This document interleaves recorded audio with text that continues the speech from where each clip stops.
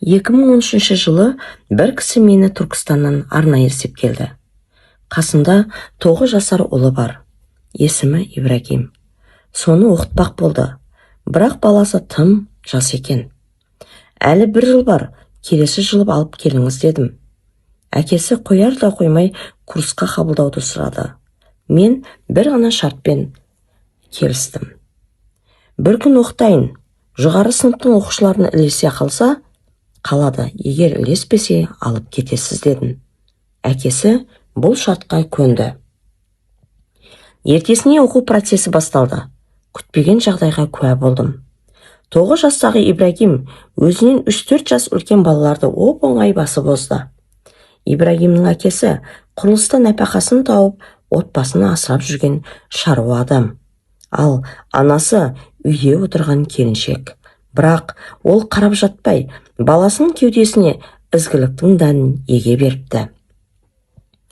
Бір күні Ибрагим, ағай, бүгін дастарханға батаны мен берейінші деді.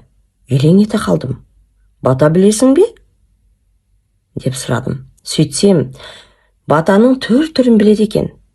Дастарханға бата, жолға бата, тіпті 2 жасқа берілетін батанын да жаттап алған. 40 шақты жаңылтпашты мүдірмей жатқа сөйлейді. Бұл бері жақ екен. Шешесі оның 7 жасына жетпей тұрып, алпамыс жырын жаттатқан екен. Әлі әріп тани алмайтын баланы күнде 2 шумақтан алдына алып отырып жаттатқан. Осылайша баланы құйма құлақтыққа баулыған екен. Ағылшын мәтіндерін қазақша аударғанда әуесін келеді. Сөздік қоры өте бай. Ал 8-9 сынып оқитын балалардың сөздік қорына қарның ашып, көңілің түседі. Тілдері өте жұтаң. Жастардың интернеттегі, агенттегі коммуникациясы привет, норм, не істеп атқан, не істеп жатқан, отқан, пока деген сөздермен шектеледі.